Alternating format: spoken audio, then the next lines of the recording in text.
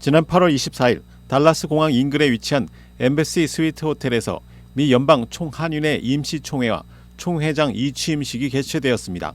정식 회원 107명의 참석으로 성원이 되어 시작된 이날 행사의 일부 순서로 정명훈 제29대 총회장의 개회 선언이 있었습니다. 이어 개회기도, 총회 회순 채택, 국민의례, 정명훈 총회장의 개회사, 윤대기 이사장의 격려사, 박형철 간사의 이전 회의록 낭독, 케빈 리 감사의 사업감사 및 결산감사 보고, 강승원 사무총장의 제29대 사업보고, 김현정 재무이사의 결산 보고가 있었습니다. 이후 LA 한인회 제임스 안 회장을 필두로 몇몇 한인회의 현황 보고 사항이 있었으며 분규 미주 총연 화합 추진 경과 보고가 뒤를 이었습니다. 주요 안건으로는 정통 미주 총연의 명칭 변경건, 텍사스주 비영리 단체로 등록건, 로고 변경건이 상정되었고 만장일치로 통과되었습니다. 뒤를 이어 윤대기 선관위원장의 제30대 총회장 선거 결과 발표, 박형철 선관위 간사의 경과 보고, 공포 및 인준, 제30대 이사장으로 윤대기 이사장의 인준과 수락 인사가 있었습니다. 마지막으로 제30대 총회장 취임식에서는 정명훈 총회장의 이 취임사에 이어 텍사스주 살만 보자니 주의원이 취임 선서를 주도했습니다. 이어 축복 기도의 시간, 제24대 유진철 총회장의 축사와 전임 총회장들인 이정순 회장, 박균희 회장, 김태우 국회의원의 영상과 서신 축하가 있었습니다. 제30대 정명훈 총회장의 공약으로는 미주 재외동포센터를 개설하며 한반도 평화정책 및 자유통일에 앞장서고 170개 한인회의 재정 자립을 구축할 것 등을 내세웠습니다. 여러분들에게 저의 감사함과 또 여러분의 힘이 되어주신 그 힘으로 인해서 우리가 항상 더 전진하며 또 이 세계로 뻗어나가는 우리 자랑스러운 대한민국 피가 여러분 속에 있고 또 주님의 피가 있기 때문에 우리는 늘 주님의 축복 안에서 축복할 것을 다짐하고 감사드립니다. 그리고 이번에 단체 명칭은 바뀌었지만 EIN, Employer Identification Number는 그대로 사용하고 502C3 비영리 단체 자격도 그대로 유지한 것이 특징입니다. 이번 행사의 순서지에 게재한 2022년도 세금 보고는 The Federation of Korean Associations USA 이름으로 되어 있고 2023년 세금 보고는 새 명칭인 Federation of Korean American Associations로 되어 있으며 같은 EIN 넘버가 사용되었습니다. 또한 향후 정치적인 활동이나 모금이 가능한 501C4도 신청 예정이라고 언급했습니다. 그리고 이번 임시총회의 또 다른 특이한 일이라면 임시총회 시작 전에 뉴욕 한인회 김광석 회장이 미연방 비영리 단체 운영이라는 제목으로 강의가 있었으며 제임스 안 LA 한인 회장은 임시총회 중 잠시 LA 한인회를 소개하는 순서가 있었으며 다음 날인 25일 오전 10시부터는 전날 못다 했던 그랜트 세미나를 특별히 열어 참석한 많은 한인 회장들의 호응을 이끌었던 점입니다.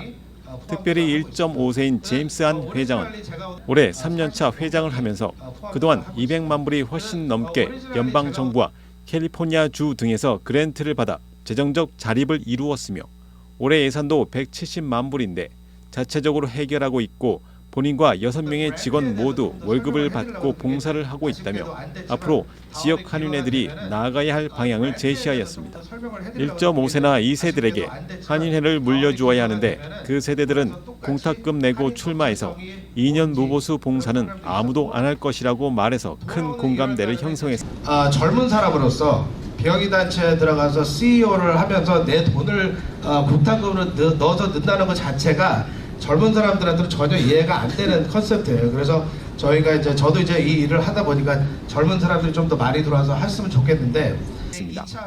이번 미 연방 총한인회 행사는 여지껏 보기 힘들었던 차세대들 영입과 대물림을 위한 방법과 비전을 제시하고 지역 한인회들이 나아가야 할 방향을 마련한 것이 큰 성과라고 할 수 있겠습니다.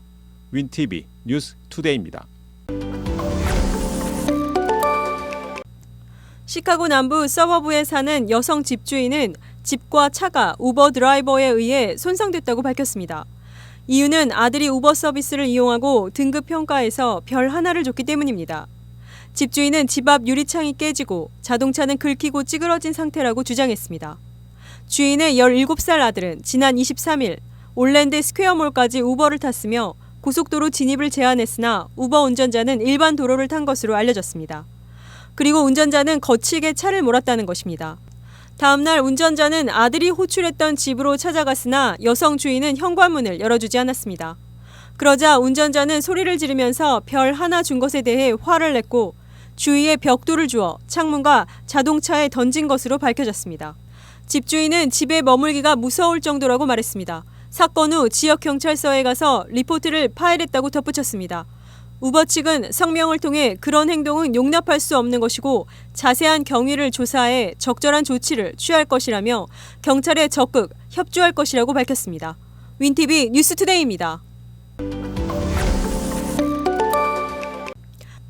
미국 제약사 릴라이 릴리는 자사의 비만 치료제 젯바운드의 의료보험 적용 제외 제품의 가격을 종전 대비 절반 이상 저렴한 가격에 출시한다고 27일 밝혔습니다. 릴라이 릴리의 젯바운드는 글루카곤 계열의 비만 치료제로 살 빼는 약으로 더 유명합니다.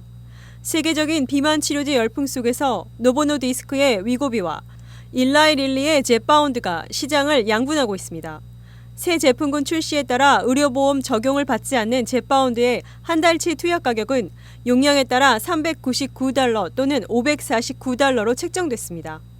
경쟁사 노보노디스크의 위고비나 가격 변경 전 젯바운드의 보험 적용 전 가격은 월간 약 $1,000 수준으로 훨씬 높은 수준입니다. 현재 GLP-1 계열 비만 치료제를 투약하는 미국인은 3천만 명 이상에 이르는 것으로 추산됐습니다. GLP-1은 음식을 섭취했을 때 장에서 분비되는 호르몬으로 혈당 조절에 중요한 인슐린 분비를 촉진해 식욕 억제를 돕습니다. 적은 식사로도 오랜 포만감을 느낄 수 있게 해줘 비만 치료제 시장에서 게임 체인저로 평가받고 있습니다. 윈TV 뉴스투데이입니다. 아이폰에서 애플페이 외에 다른 결제 방식을 이용할 수 있게 됩니다. 애플페이는 근거리 무선 통신, 즉 아이폰 속 NFC 칩을 통해 가능한데 애플은 지금까지 보안 등을 이유로 이를 개방하지 않았습니다. 그러나 이제 이를 배방, 외부의 다른 결제 방식도 허용하겠다는 것입니다. 기술적으로는 삼성페이와 구글페이도 아이폰에서 사용할 수 있게 되는 것입니다. 결제 외에도 이 칩을 이용해 대중교통카드, 집과 호텔키 등의 앱도 제작할 수 있게 됩니다. 이런 조치는 미국과 유럽연합을 비롯해 각국의 규제 당국이 이를 개방하도록 압박하고 있는 데 따른 것으로 알려졌습니다. 윈TV 뉴스투데이입니다.